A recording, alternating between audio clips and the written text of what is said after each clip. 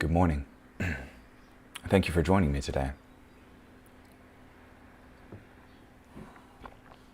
This morning will be in Matthew chapter 12, verse 46, through chapter 13, verse 23.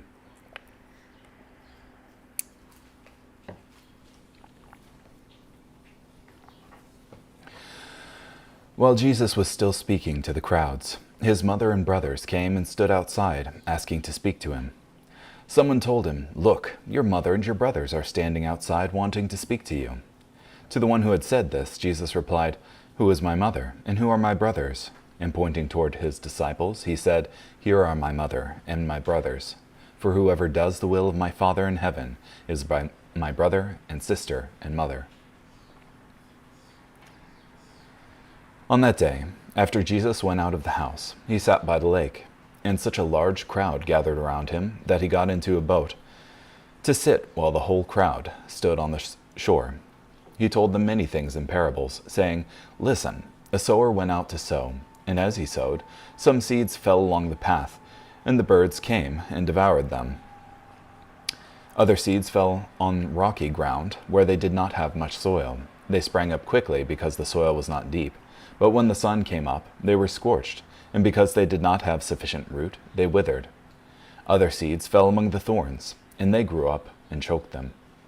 But other seeds fell on good soil and produced grain, some 100 times as much, some 60, and some 30. The one who has ears had better listen." Then the disciples came to him and said, "Why do you speak to them in parables?" He replied, "You have been given the opportunity to know the secrets of the kingdom of heaven, but they have not. For whoever has will be given more, and will have in abundance. But whoever does not have, even what he has will be taken from him. For this reason I speak to them in parables. Although they see, they do not see, and although they hear, they do not hear, nor do they understand. And concerning them, the prophecy of Isaiah is fulfilled, that says, 'You will listen carefully, yet you will never understand. You will look closely, yet you will never comprehend. For the heart of this people has become dull.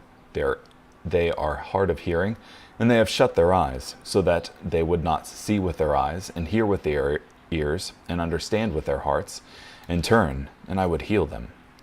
But your eyes are blessed because they see, and your ears because they hear. For I tell you the truth, many prophets and righteous people longed to see what you see, but did not see it, and to hear what you hear, but did not hear it. So listen to the parable of the sower. When anyone hears the word about the kingdom and does not understand it, the evil one comes and snatches what was sown in his heart. This is the seed sown along the path. The seed sown on rocky ground is the person who hears the word and immediately receives it with joy. But he has no root in himself and does not endure when trouble or persecution comes because of the word. Immediately he falls away. The seed sown among thorns is the person who hears the word, but worldly cares and the seductiveness of wealth choke the word, so it produces nothing. But as for the seed sown on good soil, this is the person who hears the word and understands. He bears fruit, yielding 100, 60, or 30 times what was sown." Yeah. So you have here the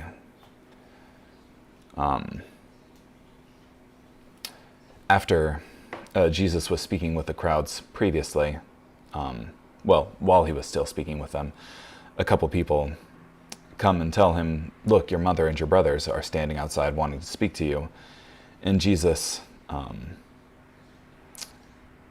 points to the fact that his mother and his brothers are the ones who hear and listen and obey him.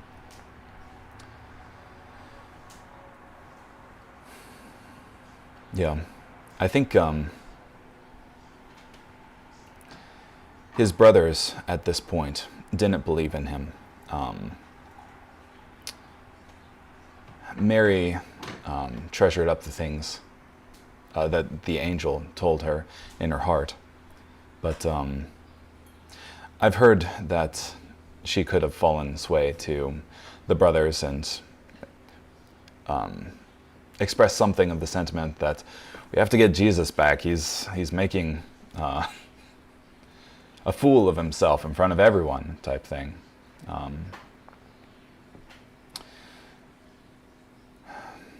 Yeah, but... And it seems like with what Jesus says here, that who are my mother and my brothers, but pointing towards his disciples, here are my mother and my brothers. For whoever does the will of my Father in heaven is my brother and sister and mother. Seemingly in opposition to his birth brothers and mother.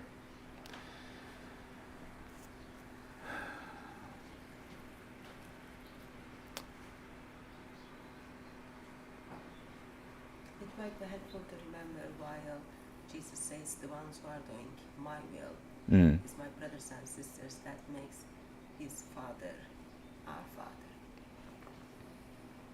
His Father becomes our Father. Yeah. And I mean, that goes along with John 8, in that if... Romans 8. Yes, what we do, what we see our Father doing.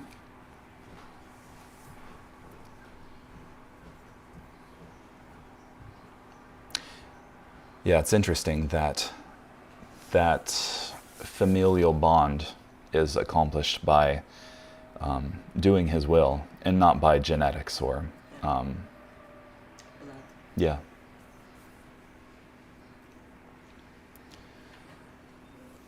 And then Jesus teaches in this parable here about a sower going out to sow the seed, which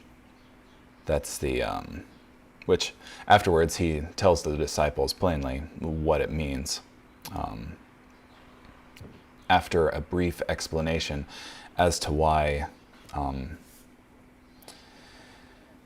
people outside the ring of the disciples only received it in parables.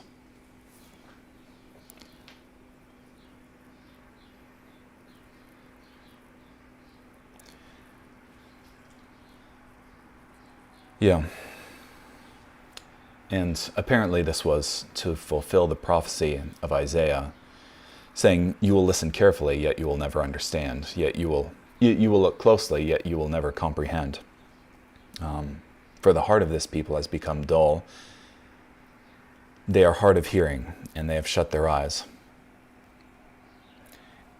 It's a heart problem that the people don't understand.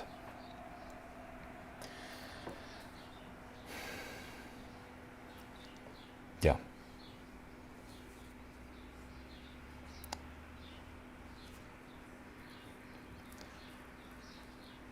And concerning the parable, it's about hearing the words of the kingdom.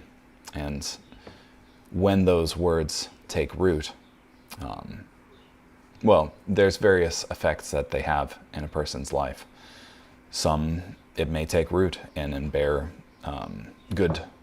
good fruit, that is, work effectually in the person's life, and they spread it to other people. But there are various temptations and the workings of this world, and those end up choking out the word.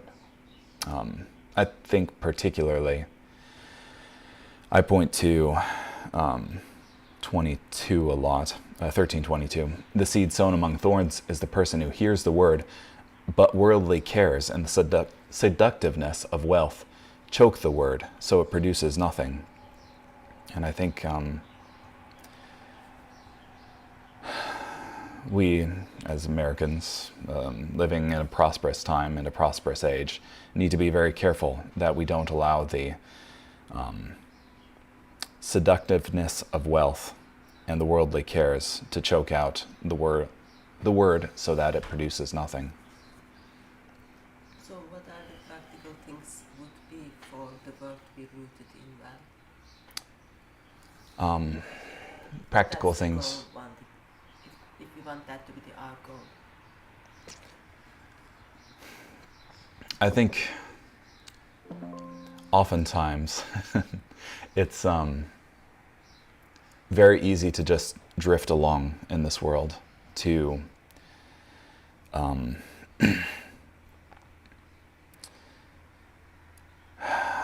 just pursue like the lusts of the flesh, like the next meal, the next relationship.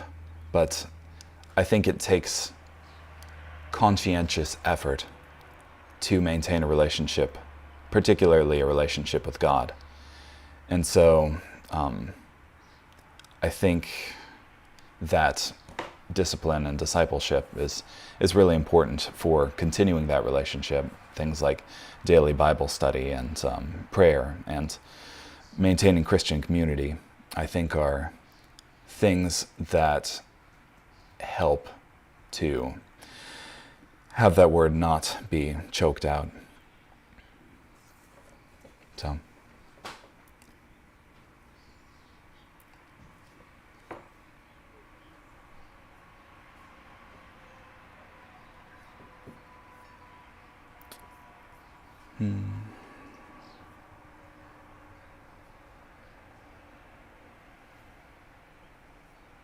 Oh, and also Jesus was in a boat.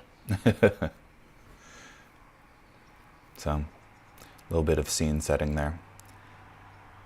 Jesus sometimes uses a boat as his pulpit. It gave him a place to speak, away from the press of the crowds, provided good acoustics, and probably a nice backdrop.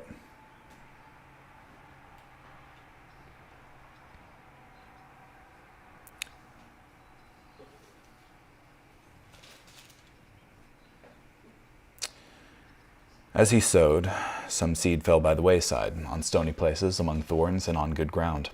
In this parable, the seed fell on 4 different types of soil. The wayside was the path where people walked, and nothing could grow because the ground was too hard. Stony places were where the soil was thin, lying upon a rocky shelf. On this ground, the seed springs up quickly because of the warmth of the soil, but the seed is unable to take root because of the rocky shelf. Among thorns describes soil that is fertile, perhaps too fertile, because thorns grow there as well as grain. Good ground describes soil that is both fertile and weed-free.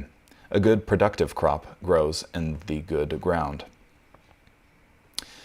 He who has ears to hear, let him hear. This was not a call for all to listen. Rather, it was a call for those who were spiritually sensitive to take special note. This was especially true in light of the next few verses, in which Jesus explained the purpose of parables. Yeah. I guess going back to your question with, how can we keep it from getting choked out?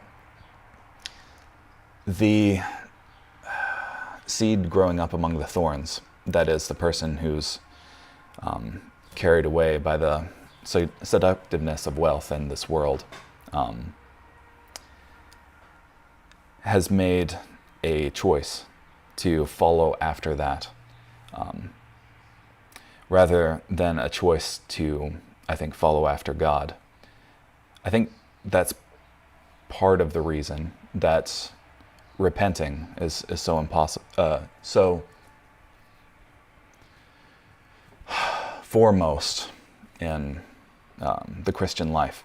We need to say that our way of life previously was not good, and that we need to turn to Jesus and be saved. That conscious decision to reject the previous, choose Jesus. So.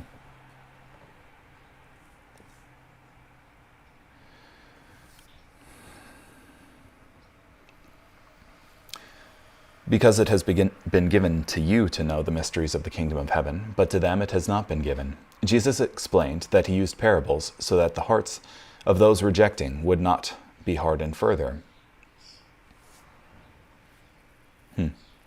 The parable conceals truth from those who are either too lazy to think or too blinded by prejudice to see. It puts the responsibility fairly and squarely on the individual. It reveals truth to him who desires truth. It conceals truth from him who does not wish to see the truth. Thus the parables spoke to the crowds do not simply convey information, nor mask it, but challenge the hearers. For whoever has, to him more will be given, but whoever does not have, even what he has will be taken away from him. The idea is that those who are open and sensitive to spiritual truth, more will be given through the parables. Yet to those who are not open, who do not have, these ones will end up in an even worse condition.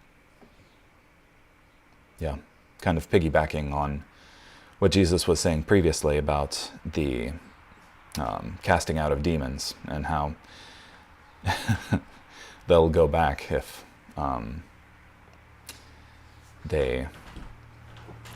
if the house is empty.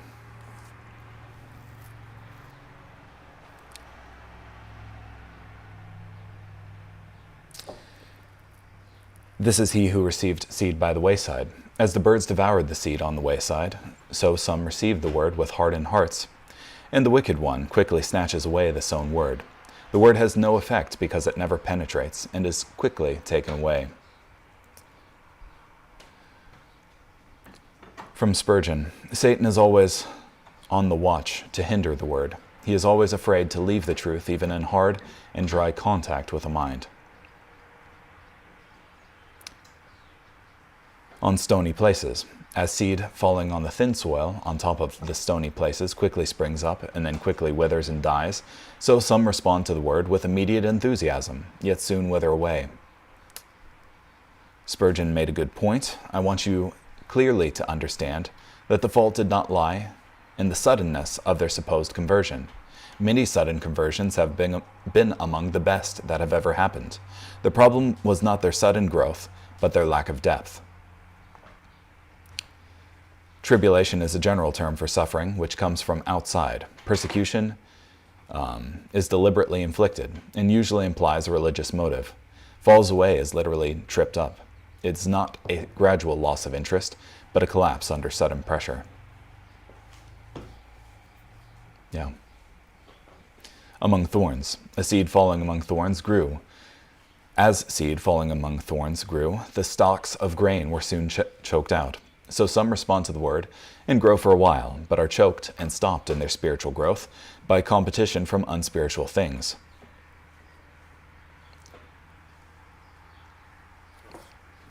Yeah.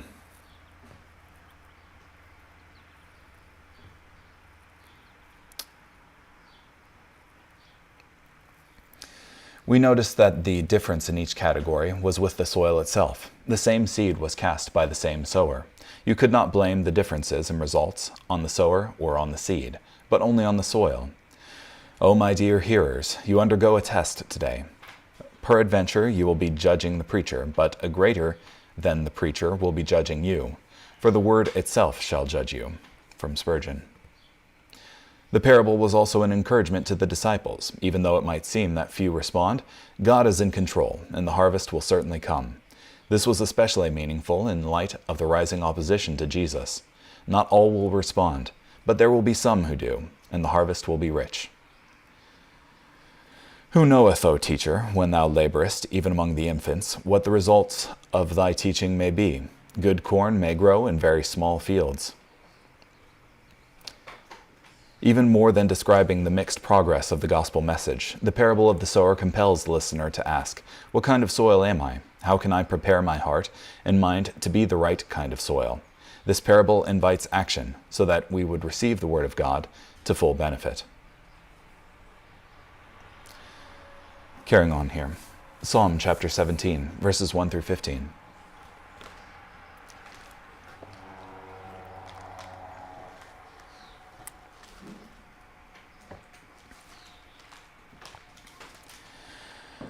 Lord, consider my just cause. Pay attention to my cry for help.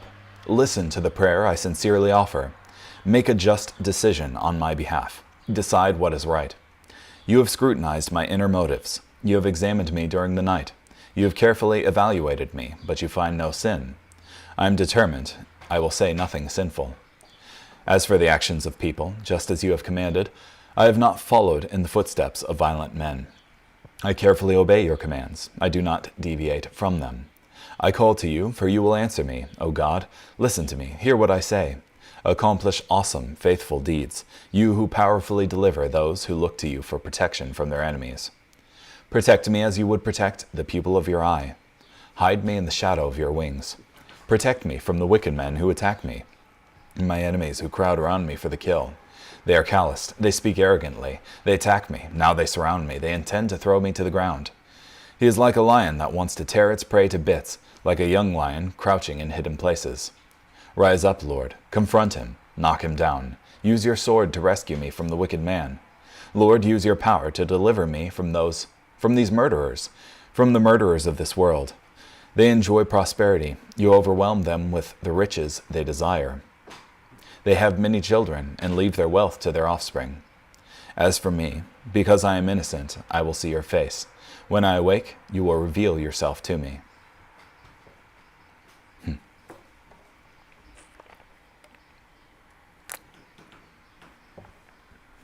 Interesting. From the perspective that the Psalms are messianic, this psalm certainly has its fair share of messianic tells, in that in Psalm 17:3, you have carefully evaluated me, but you find no sin. I am determined, I will say nothing sinful.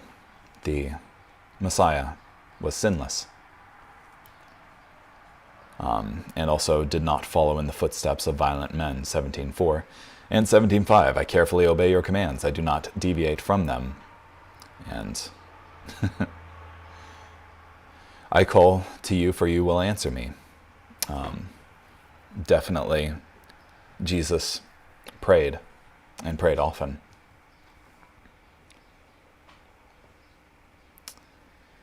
And Jesus also had arrogant men attacking him.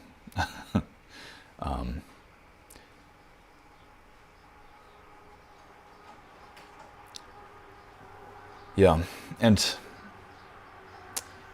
17:14, Lord, use your power to deliver me from these murderers, from the murderers of this world. Saying the murderers of this world, to me, implies a being who is not of this world.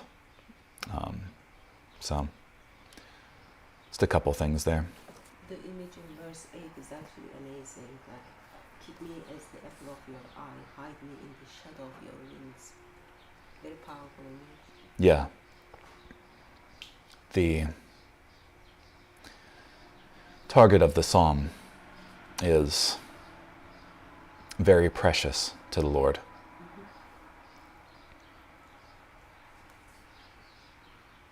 And you also have that imagery of, like, the mother bird, just, yeah, covering the little chicks with the wings. So, a beautiful image. Like with like her wings in here, it's like his wings. It's not like someone else there who can do that. It's like only you can feel safe under his wings. Yeah.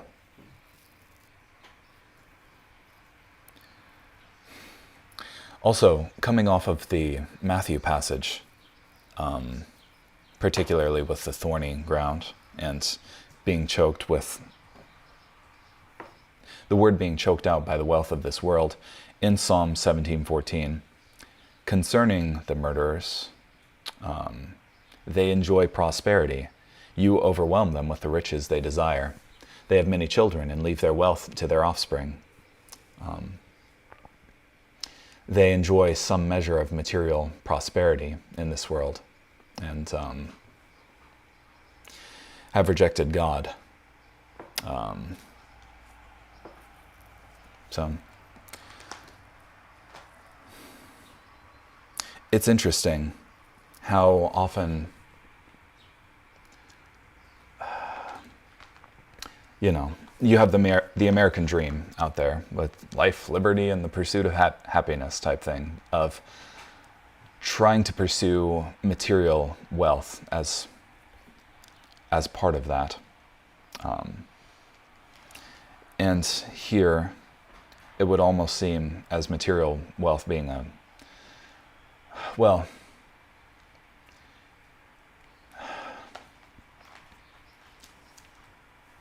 definitely not something that works in the spiritual benefit of its possessors, because here you have the murderers who enjoy some form of prosperity, but ultimately their soul is a separate question from that. So,